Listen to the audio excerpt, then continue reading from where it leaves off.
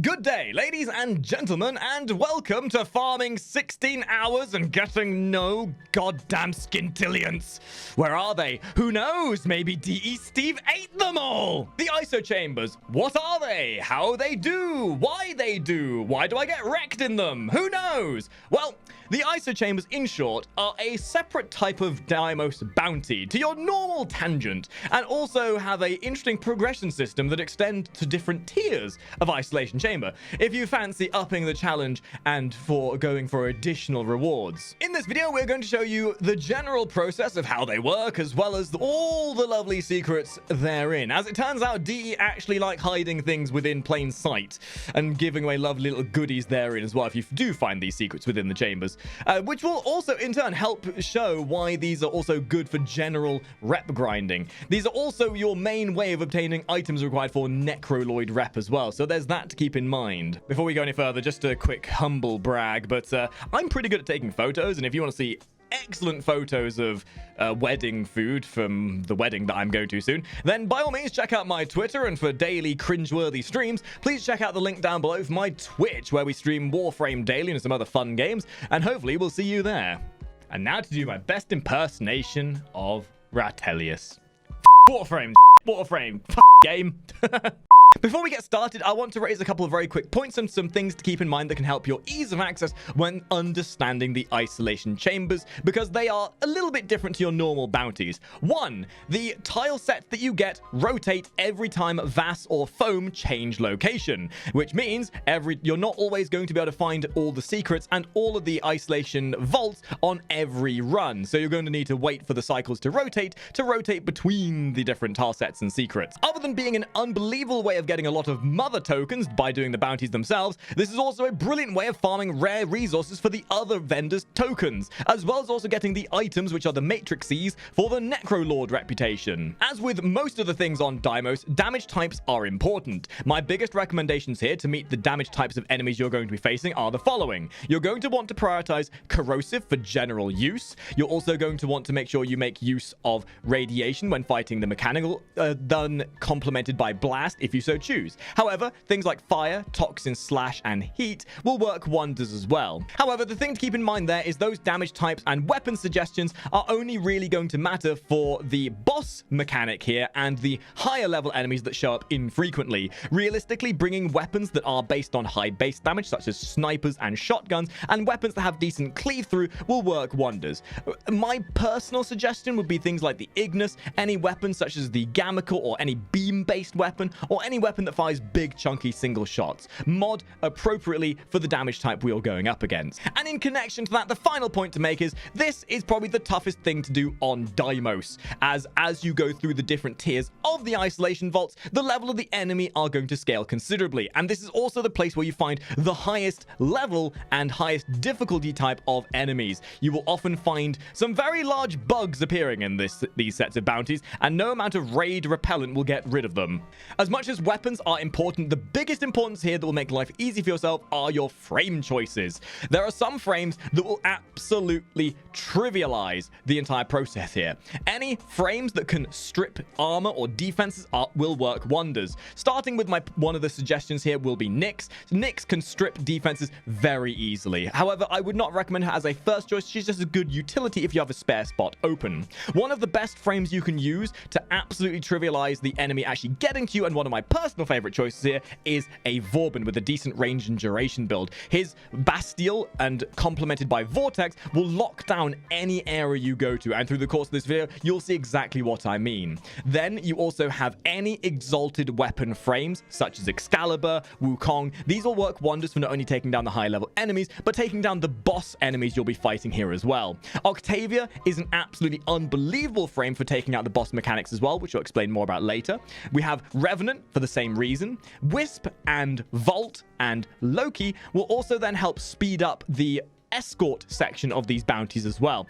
Complementing that, Nova is also brilliant for the crowd control purpose as well. Using her portal, you'll help with the escort process, but her molecular prime not only slows down the enemy, but opens them up for more damage as well. Complementing a crowd control versatile build, you then have Cora with her Strangle Dome, which will help lock down areas. And if you want to make the most, it is always worth bringing at least one Necros to each team, because Necros allows you to capitalize on loot generation. And these runs are specifically there to help bolster your amount of resources you're earning, because there are a lot of resources you can get from doing these runs. So once you've decided on your frame and weapons, you can then begin the process of going for your ISO vaults. To start the process, you'll need to talk to Mother and begin your tier 1 bounty. It is very important to realize, however, that the vaults reset every cycle of the worms. So make sure that you have enough time to finish your run before you begin, because if Vas and Foam decide to have a spouting match, you might have to restart everything, and nobody wants that. It's also important to note that each isolation chamber, in terms of the actual objectives you're going to be completing, are the same in terms of the process,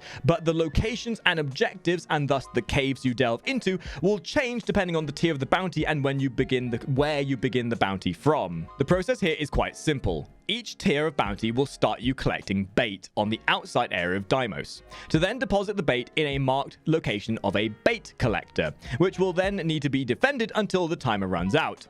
Once done, my recommendation is to make sure your team leader takes the bait, as currently there is a bit of a desync issue, bug kind of thing, which can prevent the door from opening. This might have been fixed by the time you watch this. If it has, ignore this bit. But otherwise, just to be on the safe side, make sure your team leader is the one who grabs the bait, and wait until everybody is at the door to make sure everybody's able to get through. Because what you'll need to do is you'll need to grab the bait, throw it at the closed sphincter, or whatever it is, and then make your way down.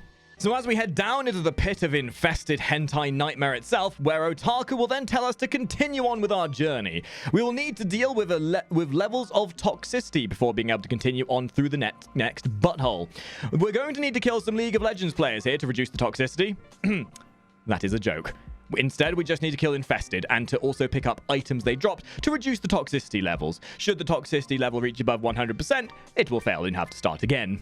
Upon completion, and upon making your way through the now open gaping butthole itself, you are then going to delve into the isolation vault, where we will be met with a necromech. Killing necromechs may seem hard, and they may hit like a truck, but the process is simple. Shoot the limbs off and focus on the head and body weak spots. They will occasionally reflect damage and will periodically put up a shield, which can be drained and reduced by using void damage, i.e. your operator. Additionally, their limbs will regenerate. Focus the limbs down, focus on the weak spots, and then keep in mind that these guys do hit like a truck. So the last thing you want to do is stand too close and get absolutely gibbed. You will want to make sure your team focuses on one at a time, and also rely on heavy cleave damage from the frames and weapons that we mentioned earlier. My personal recommendation here is Revenant, Excalibur, or Octavia. All work absolutely amazingly in this scenario. Each isolation chamber is going to be laden with caches and occasional Requiem obelisks, so take advantage of these additional resources to bolster your income. Now, once you've gathered up all of your resources like a hungry hippo, and you've killed off those darn necromechs, you can make your way down to the isolation vault door, which is an additional bonus reward you can take advantage of should you wish to fill your already overflowing coffers of resources. The isolation vault doors are randomly generated from a tunnel leading from the main chamber, so all you'll need to do is look around until you find it. They all look the same, and they'll all have the exact same quest in each of the tiers. You'll need to go down and activate a reactive stone using an operator, and that will then spawn Otak, and this will begin a escort quest. Thankfully, it doesn't seem like they've taken classic WoW inspiration here, because it actually does move at a decent pace. But the idea here is to defend him while he activates pylons. Then follow him back to the door that you started at, and using Wisp here, you can actually make this far quicker, because her moat will allow Otak to move faster. Additionally, you can also use Loki's Switch Teleport and Nova's portals to make him go faster as well, to have a bit of comfort of life. Once you've completed Otak's escort quest, he'll waddle his way back to the door you started at. At this point, the door, or the main vault door, will illuminate a series of 4 glyphs, which you'll then need to shoot with the relating pillars with your operator. So this is more of a memory puzzle at this point. If you get these pillars shot in the right order, it will unlock the vault. Once done, you've successfully completed your first ISO vault, and hopefully your pockets will be filled to the brim with all the resources you'll ever need to complete the Entrati rep grind, and also the Necrolord grind. So it's important to note here, to go to the next tiers of chamber, first of all, you don't want to go back to the necrolist. That's the main thing. Do not, I repeat, do not go back to the necrolist. Otherwise, you have only done the tier 1. For tier 2 and tier 3, you're going to need to go to mother spawns out on the Cambion Drift. Now, there's a bit of hither or dither as to whether there's a specific order you talk to them in, or whether it's just mothers you speak to that you have not spoken to already. My personal preference would be just to make sure you speak to the mothers you've not spoken to already. I'm going to have a handy dandy map up on the screen that will show you all the locations of mother that we personally use. The order we usually do them in is the abscess, and then the other one is usually on the very opposite side of the map. This gives us the perfect tier 1, tier 2, and tier 3. Fiddle with yourself. All you got to make sure is you make sure you accept the quest from the outside section first. But once we begin the tier 2 bounty, the process is exactly the same. We go and grab our bait. We take them to the bait container. We defend the bait container. We grab the bait holder that is generated as we did before. We then go down into a cave, open the door, defend a location whilst we have rising toxicity levels, and then we go down to the isolation chamber.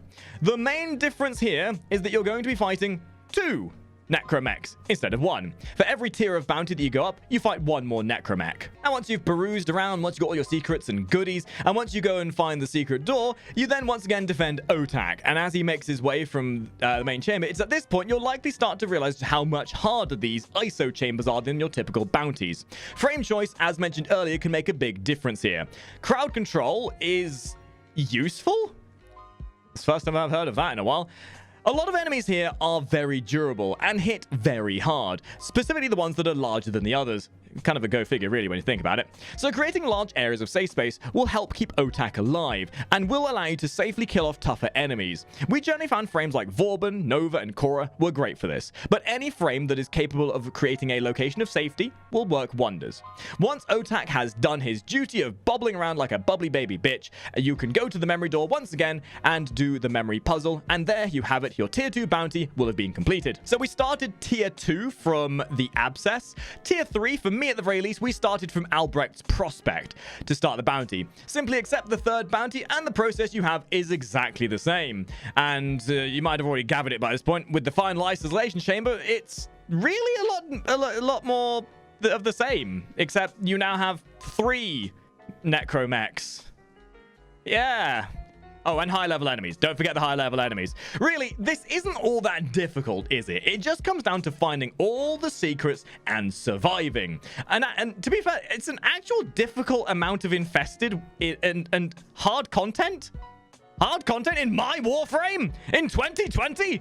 Who would have thunk it? So that's essentially the process of doing each of the bounties. Now, as I said, it's quite simple, but within these bounties, you're going to have secret doors. And as we found so far, there are only 2 of the existing task sets as of right now that don't have secrets in them. These secrets are completely optional, and the process of doing them is, again, quite simple. But the trouble is actually finding them, because the secrets are...